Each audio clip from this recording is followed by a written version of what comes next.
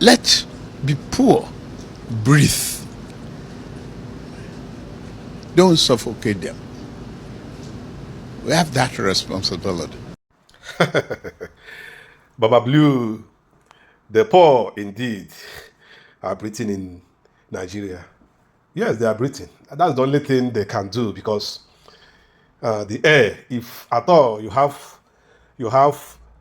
the control of the air, which the poor is currently breathing at the moment, you use your Senate and the House of Reps, your security outfit, and what have you, to quench that air. Indeed, the poor are breathing. They are breathing, and they will breathe. That's the only thing you don't have power to. That's the only thing you don't have power to. Because if indeed you really have power to quench the air, you will do it as you did to the fuel subsidy, as you did to electricity tariff, as you did to everything, the economy of Nigeria, everything in Nigeria, as you did. But the only thing you cannot do, and you will never do, is to quench the breath of the poor. The poor must breathe, irrespective of the hunger in the country, irrespective of whatever that is happening in the country.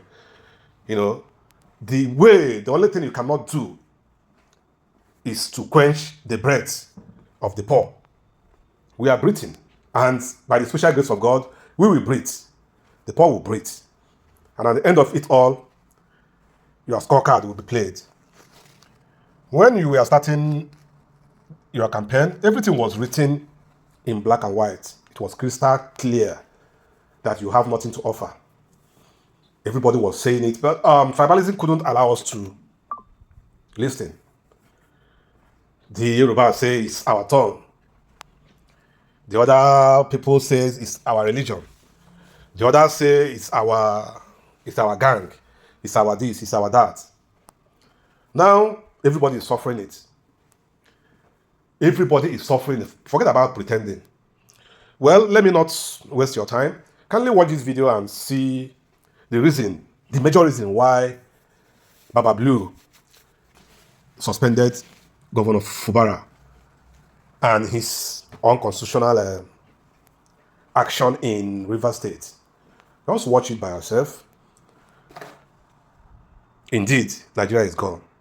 Thanks a lot for joining us today. It's a pleasure. Thank you. I think we have to start with River State, because there's a lot being talked about. We did hear one of our former presidents, Goodluck Jonathan, even come out and talk about his own opinion on that. Yeah. But the Attorney General of the Federation and the government, I guess, standing by their moves, saying that suspension is within the powers of the executive. There's a counter-argument about the president not having the powers to suspend an elected official in the country. Are we in a constitutional crisis, you think? Thank you very much for having me.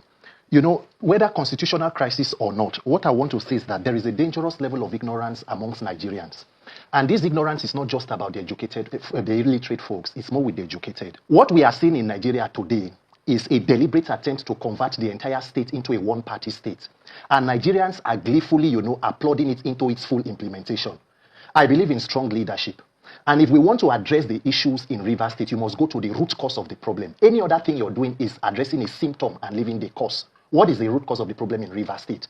A man who was a former governor, who had the opportunity to be former chairman, former chief of staff, became governor, believes he has had so much power to the extent that he boasted on TV in 23 that he single-handedly purchased forms for everybody who contested the election in Rivers State under PDP in 23. And so, having installed the government that is there, he has the right to dictate how the government runs. So right now, instead of us paying attention to why should one person be able to install a government, do Rivers people not have the capacity to pick a governor? So the problem that led us here is a failed and corrupt electoral system. Until you fix that system that empowers one person to be able to boast and tell you that I have installed a government or a puppet, then you are going to be going around in circles. And before you know, another election cycle comes, they do what they're able to do, and then we continue protesting and talking about this. Yeah, but I mean, the government's argument is, and those who are in support of the president's actions say that whatever the arguments of, the symptoms and all of that are, this is the chief executive of the state has been in chaos for a couple of years now. We've all watched it play out over time, and the buck stops at his table. So he has to take the fault for it. There are people who have said, why is the minister of the FCT not being called, not being penalized as well on some level? Is that argument worth anything? Thank you for having me. If we say the state has been in chaos, one may be inclined to seek interpretation on what the word chaos means. But by my own estimation, the crisis in Rivers State is an artificial crisis. It is one that is precipitated by a man who I once described, I think on this same Channels TV, or a sister station, where I said that he's suffering from chronic God complex. Now, if you look at what has been playing out, it is obvious that this is like the comrade said, my brother said, this is about control of the resources and the governance of the state.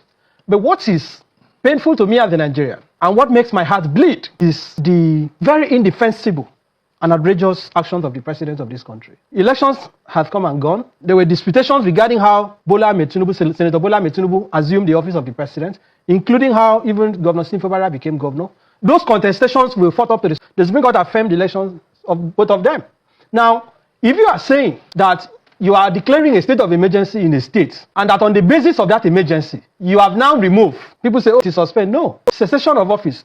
Whether that removal is permanent or temporal is a different thing. But once someone has ceased or is denied the power to exercise the functions of an office, that person is removed from that office, whether permanently or temporarily. Now, in terms of Rivers State, I argue that there is no basis under the Constitution for the president to declare a state of emergency. That is the first argument we have to resolve. Why is that? Because Section 305, that has now been quoted by all Nigerians, is not ambiguous, it is not confusing. There is clarity in the wordings on the circumstances that must exist before a state of emergency can be declared. I'll quickly just highlight them. Number one, if the Federation is at war, I'm not aware that Nigeria is at war with any foreign country. If the Nigeria is being invaded, there's an invasion of the country, the president can declare a state of emergency. If there is the Constitution uses the word actual breakdown of law and order. And you see, breakdown of law and order here is not when Agberu is at Obalende as changing blows, and they begin to carry machete and pursue one another. No, the breakdown of law and order that is envisaged by the Constitution has to be such a proportion, such a dimension that extraordinary measures are required to immediately restore order. Now, when you are even declaring state of emergency, you cannot declare state of emergency in an entire state if the breakdown of law and order is not in the entire state, or is not such that has made governance in that state impossible. Now, it also says if there is imminent breakdown of law and order or natural disaster. Now, what is the law that has broken down in Rivers State? Because the breakdown of law and order here is not disagreement between organs of government on how to discharge their functions. It has to do with threat to life. It has to do with people being killed, property being burnt. To the best of my knowledge, there was no basis to declare state of emergency. They said the pipeline was blown. Even as I'm talking to you, that pipeline has been fixed from media reports. But what has that got to do with the office of governor of Rivers State? And as I said, for you, and what was the emergency? When did the emergency arise? Now, assuming without conceding, for argument's sake, that there was even a basis to declare, I have argued that there is none. Can you remove a governor who is elected just like you? Because under the Constitution, Nigeria, Section 2, Nigeria is a federation consisting of states and the Federal Capital Territory. The governor is the head of a federating unit. Is elected just like the president.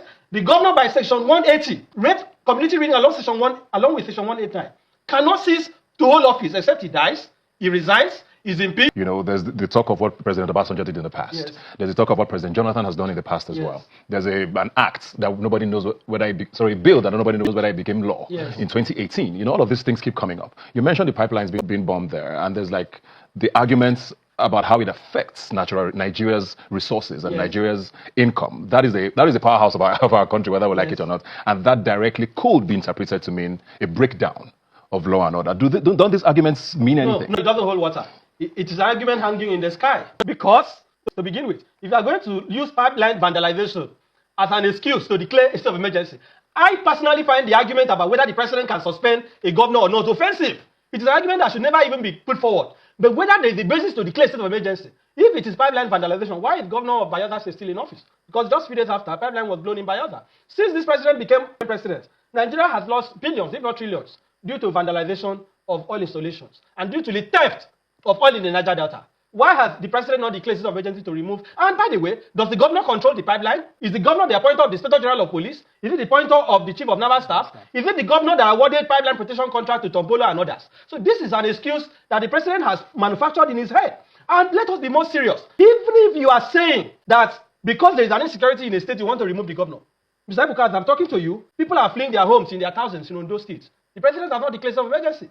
As I'm talking to you, there is crisis in Osun State, communal crisis where people are running everywhere. The president hasn't even come out to say anything. In the north, people are being slaughtered. So if it is that once there's insecurity, you must remove the chief executive officer, Tinubu himself should no longer be president. How do we get out of this? Because, like we've seen, the executive is not shifting ground. The Attorney General has said what he said, and it looks like this 6 months is going to hold. The administrator has taken office. And maybe a follow-up question. Yes, the president is accountable for his actions, but there's also been the argument about the opposition in all of this. We saw what happened in the Senate and the House of Representatives with the voice votes, which a lot of people have, said makes no sense in a situation like this. There's also the governors who are directly affected by this. It could be anybody next. We've already seen insinuations about some other people that might be on the chopping block with this, especially the opposition governors. What were the expectations from them? And is it too late for them to, I don't know, do something? It is almost a little too late. And when you talk about politicians, you can almost expect no pushback from them. It is a beautiful question you have asked. As it is now, the question is, what do we do moving forward? If you bring APC lawyers to this platform, they will rationalize why what the president did is correct. If you bring other normal right-thinking persons, the NB have even criticized it. But in all of it, the administrator is seated in Rivers Government House now. The suspension will hold. If institutions of democracy were working, the National Assembly should have been the stopgap measure for it. But of course, that institution does not even work as an institution to carry out oversight. It is an extension of the executive. That is what the principal officers, they believe. The question to Nigerians should be asking themselves is, at what point are you able to now put yourself in the conversation? Because what we are discussing, some people say it is agreement between two godfather and godson. It is, for example, two criminals discussing how you want to steal or share something that does not belong to you. So you want to take. We are talking about River State Commonwealth. So the people of River State, what is their stake in this? And that is why I'm telling you that has only to do with electoral reform. If not for INEC and the judiciary, a lot of persons who are in the National Assembly will not be there today. If not for INEC and the judiciary, will the River State governor be the governor today? So Nigerians will pay attention to the root cause of the problem, which will mean demanding electoral reform, because what you are seeing now will be played across different states. Tinubu has nothing to lose in River State. The weaker the two parties are, the better for him. Look at Kano, where there is an opposition governor. You have a high court emir, you have a federal high court emir, state high court emir. Everywhere there is an opposition, a stone is being thrown to weaken. Before you know, every institution of state will be controlled by one person or one man, and nothing will be done. The only means of accountability is INEC is the weapon fashioned against Nigerians. The day you realize that, the day Nigeria will begin to move forward. Other than that, we will wait for another problem. We come, we discuss, dissect, and what the president wants to do will be realized. But the INEC, as it's set up now, can almost not be independent. Even though the I is what the I stands for. We've seen what happens. The president sort of still appoints. The head of the INEC, they are supposed to be independent. But we hear all of these stories and we see how things play out. How does that work? How does this reform work with the National Assembly that you're saying Nigerians don't have a lot of faith in anymore? Nigerians do not have strong men. They have weak men who are enabled by the docility of the people. Nigerians have failed to realize the importance of the electoral system. What is the definition of a democracy? We have been living in an alternate reality. The simple definition of democracy is a government where power is vested in the people. Mr. Ibuka, Nigeria has not been able to get an electoral process where people can choose their leaders. And we keep calling ourselves a democracy, which is a fallacy. Nigerians must put maximum civil pressure on the authorities to do what they need to do to reform INEC. And it is even a challenge to Mr. President Bola Ahmed Tinubu. I am putting a challenge. You are a Democrat. Forget about people who say you should leave your government or your government nobody wants. No, be president. But let the president come out and make a statement telling Nigerians that I believe in democracy and I am committing to free, fair, credible elections in 2027. And beginning today, I will begin that process. Move that challenge to the Senate President, move it to the Speaker House of Reps, and let Nigerian youth and all other Nigerians begin to sing that song. And let us see. Or does the president not, as a Democrat, not like free and fair elections? It is Nigerians that must ensure. Nigerians must put pressure. Every day the Senate President will come and say we are Democrats. Why Democrats no come like free and fair elections? Why? Do you have issues with it? Are you afraid that if there are free, peaceful elections, you may not be in office? Let the president take up this challenge and commit to free and fair elections. Let us see truly the sincerity of your peoples as a leader in a democracy. Other than that, if he fails to do so, it is up to Nigerians to put the pressure and get what they need in the best interest of all of us. The River State situation has put the three arms of government in full focus. Yes. The executive is, of course, at the center of this. Everybody, like he said, expected the National Assembly to be the stopgap. That happened very swiftly. Yes. Quicker than most people thought. The judiciary, of course, is there as well. We saw the judgment with the House of Assembly drama that's gone on in Rivers State for so long. There's been judgment after judgment. There's been injunction after. There's so many things that's happened in Rivers State people can't even keep up with. Even with what happened with President Obasanjo in the past when he declared a state of emergency in Plateau State, I believe. There was a supposed precedent that people thought had been set with that. What does it say that in 2025, none of this matters? At a time when the judiciary, people are starting to wonder, are they really the last bastion of hope for people? And we have a time now where people are wondering, is that where we should look to? If these precedents are there, if these judgments are coming every other day, sometimes conflicting, what's left? Well, the Nigerian judiciary is the Nigerian judiciary. It is not an American judiciary. It is not Congolese judiciary. It is not Zimbabwean judiciary existing in Nigeria is a reflection of the Nigerian society. Now, But if you look at what has happened in Rivers State, let's even start from Parliament. I personally am not surprised. You have a man at the Senate who is the former governor of my state. I always say I can write a book in volumes about Godswill Akpabio. I don't want to discuss him today. But you have a National Assembly that almost all their members stood on their feet singing, on your mandate, we shall stand. on the mandate, Bola, on your they are standing on Tinubu's mandate. The question is, what is that mandate? I had asked on this same TV station, is it a mandate of corruption? Is it a mandate of accountability? Is it a mandate to ensure that we have stable electricity? They are still standing on Tinubu's mandate.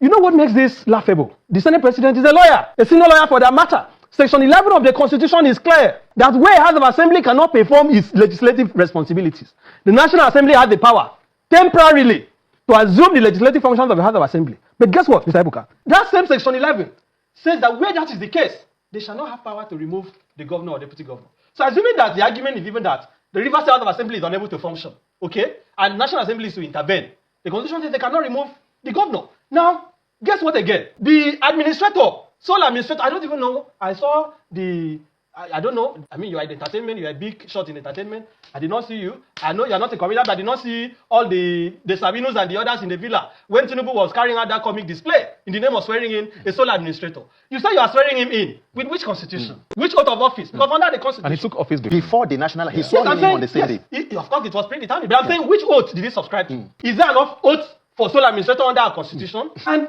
you are saying they have even now released, from what I read, about 400 billion that was withheld based on the judgment of the Supreme Court. Because you mentioned the judiciary. Supreme Court says that because the governor did not recognize the Amawele-led house, did not present the budget to them, therefore there is justification to withhold Rivers State allocation. Now, Tinubu, in his broadcast to Nigerians, said that Fubara did not implement the decision of the Supreme Court.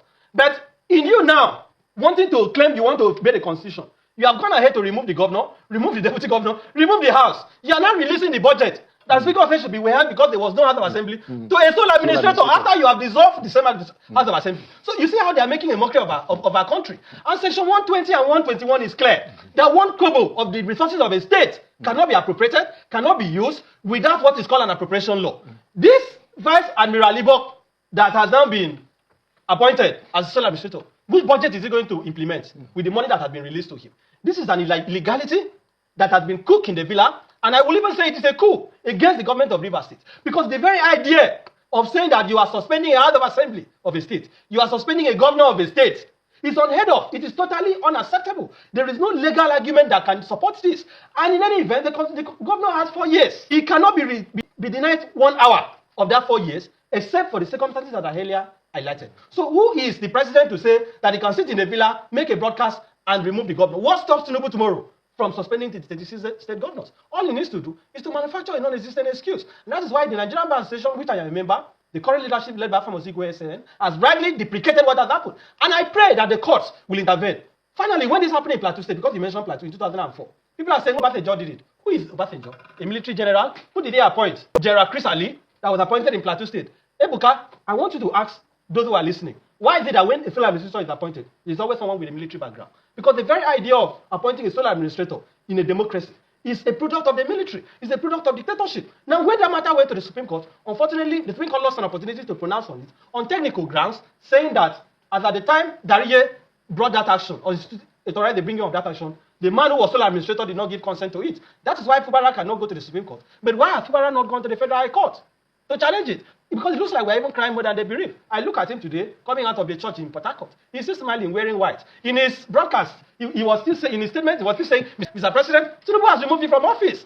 Fubara should become a man and begin to speak like a governor of a state. And it is very embarrassing that the 36 state governors are now becoming poets. They issued gave Nigerians poetry to read, that they cannot intervene in a partisan matter. The South governors are divided. It shows you what we call complete state capture.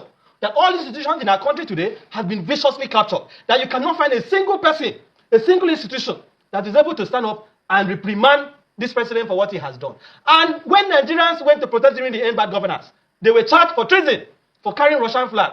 And some of them were asking the military to take over. Today, Tinubu has handed over Rivers State to the military. Because the man that is sole administrator is a member of the military, even though he has resigned. And look at the man. He said he wants to restore law and order. Before he was appointed, were schools on fire? Were churches not functioning in Rivers State? Were civil servants not going to work? What is the law and order that you want to restore? This is an illegality that Tinubu has bettered. And Nigerians have a responsibility to oppose it.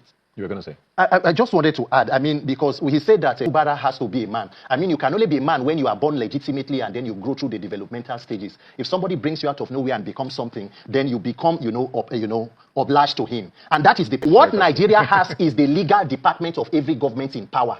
That is what Nigeria has. Nigeria's judiciary is not the last hope of the common man. It is the last hope of the uncommon man. An institution that should protect everybody, no matter your class or status, has now been weaponized against the people. And only the people of Nigeria, because guess what? If you think this problem is just about River State, you are being ridiculous. You are just making a joke because they test it somewhere. If you want to see what state capture look like, you can look at Lagos State, where there is no meaningful opposition. A senator in Nigeria, Senator Ereti Kingigbe in Abuja, on a rise during the Natasha Bruhaha, told the nation on TV that the National Assembly is not opposition friendly. A National Assembly that should perform oversight. Imagine a democracy without opposition. If you do not fix an electoral system to be able to hold these people accountable, wait for 27 and see how wild this race gets. So from what all of you are saying, right, the legislature is gone. Captured. The judiciary is also not necessarily standing on 2 feet. The people need to do something. Yes. But the people are also worried, right? Like I said at the start of this show, we saw the youth copper who put up a TikTok, I believe, talking about her own experience, which a lot of people related to. And we saw what unfolded after that. She was called in for questioning. There were threats to her. There was even talk about killing her. I saw a tweet to that effect, Where people see that, what do you expect them to do in a nation where there's no recourse in courts, like you're saying? What then is the next move? The power of the people must be greater than the people in power. In fact, the coppers' situation was even mild. We had an issue on October 20 where live arms were fired at peaceful Nigerians who were holding their country's flag and singing the anthem seated on the floor. So Nigerians have every reason to have political apathy, where people become disenfranchised and do not want to participate. But what is the other option? If you keep quiet, you die. If you talk, you are going to die. Nigerians are dying without protesting. People are protesting in Akure now, as he rightly said. In Adamawa, in Yobe State, 3 soldiers were executed in point blank by bandits or by terrorists. Nigerians must find the courage and the wisdom to strategically fight and build a nation that they want, because it will not happen by chance. Every nation that is built today was built by resilience. If you think that by keeping quiet, that is the plan of the state actors. They want everybody to cow in. You cannot talk. If you talk, they come after you. If every Nigerian, including prominent people who mean well, come out every day, 1 million people, and continue to talk about what is wrong with the government, there are not enough prisons to put everybody. You cannot kill everybody. You want to kill everybody and rule over their ashes or the dead of their bodies. Nigerians must find the courage. That National Assembly, we will go there and exercise our right to peaceful assembly and demand electoral reform from people who are there who call themselves Democrats. You like election, you like free and fair, you are Democrats. You will give it to us. When we are ready, with time, it will happen. How does this happen? It is very difficult. Let me even comment on the riot, the coming back matter. Yeah. So far, the NYC seems to have retreated. I'm in contact with her. She had briefed me to represent her. I'm hoping that their retreating will be permanent. We don't want to hear their voice on this matter. If NYC has any concern on what Raya has said, they should talk to their DG, the member of the executive arm of government, to whisper to President Tinubu to address the situation that Nigeria has found itself. But if the NYC tries to meddle in this matter, they will only be trying to incite core members to react in a way that they don't preempt, that they cannot preempt. Because there is nothing in the bylaws of the NYC, there is nothing in the NYC Act that empowers the NYC to have even intervened in that matter. A core member is not an employee of the government. A core member is not a civil servant. The NYC is not a military nor a paramilitary organization, contrary to the misconception of some people. The NYC Act, if you look at the Act itself, is only a scheme that was introduced in Nigeria. This is not a battle that we are going to win in the courts, unfortunately. Because the judiciary is also limited in terms of what they can do. But that's what the government is always worried about when you talk about the streets now. Because the worry is always, what does it become? Yes. Which is why, I guess, from the government's perspective, Tinubu, it's always halted before it starts. When President Tinubu was in the streets, what was his worry? Was he afraid? This president today, when they were in the opposition, it sickens me that this party, APC, that came to power through protest, you recall the Occupy Nigeria movement, the role that they played. Suddenly today, protest has become a treasonable act. This is our country. We cannot run away. How do you live in a country where you have a president, you have a first lady, you have the first son, you have the first daughter? The one family has basically... Have you not seen videos of Seyi Tinubu being given preference over ministers? Mr. Ebuka, in which serious country do you permit that? Have you seen the comfort that Seyi Tinubu to demand systemic and drastic changes in the way things are done? And it is because they are not afraid, Ebuka. They claim that they have approved the so-called emergency. The constitution said you need 2/3. Mr. Ebuka, there is no journalist in Nigeria, nobody in Nigeria today can give you the number of senators that voted in favor of the emergency. Why? Because it was by voice vote. How do you determine 2/3 by voice? People just screaming, yeah. How do you determine 2/3 of that? How do you determine 2/3 by voice? It has to be by head count. So the National Assembly embarrassed itself. The National Assembly has abdicated its responsibility, and that is why I say that what we have now is a case of parliamentary redundancy. They have become redundant. They no longer realize the responsibilities that they have, and it is painful because when the military struck, only the judiciary was preserved. Normally, they will dissolve the executive, dissolve the legislature, and now use austere clauses to limit the powers of our courts. But the judiciary is always standing.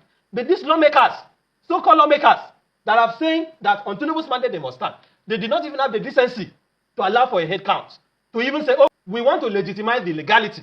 The fact that there was no head count, that we cannot say how many members of the House of Reps voted for the emergency, we cannot say how many senators voted, it shows you how decayed, it shows you how flawed our governance system is. And that is why the people must make up their minds whether they want to live as slaves or they want to live as citizens. Because what is happening today, quite sadly, is looking at, I think Nigerians are being treated as slaves in their own country. And it pains me that you couldn't have even one senator, not even the Senate minority leader, not the minority whip, not even one. The serial critics in former Governor Bayelsa that even tried to speak. He had to work out with Baribe and others. Opposition is dead in the National Assembly.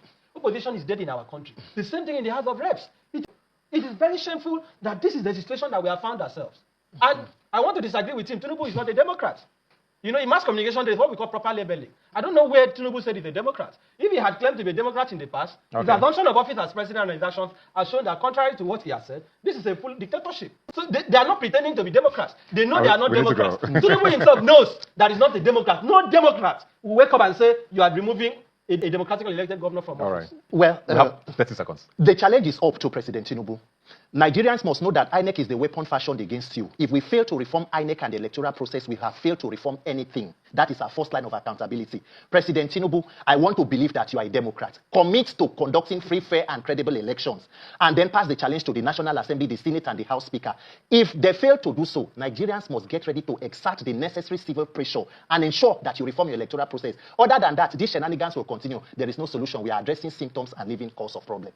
Thank you very much, Peter Aka. Thank you very much, Inebe Heffiong. This is probably the least I've spoken on a segment of this show. Thanks for enlightening us and speaking the minds of a lot of Nigerians. And we'll keep looking at the government and all the arms of government to step up.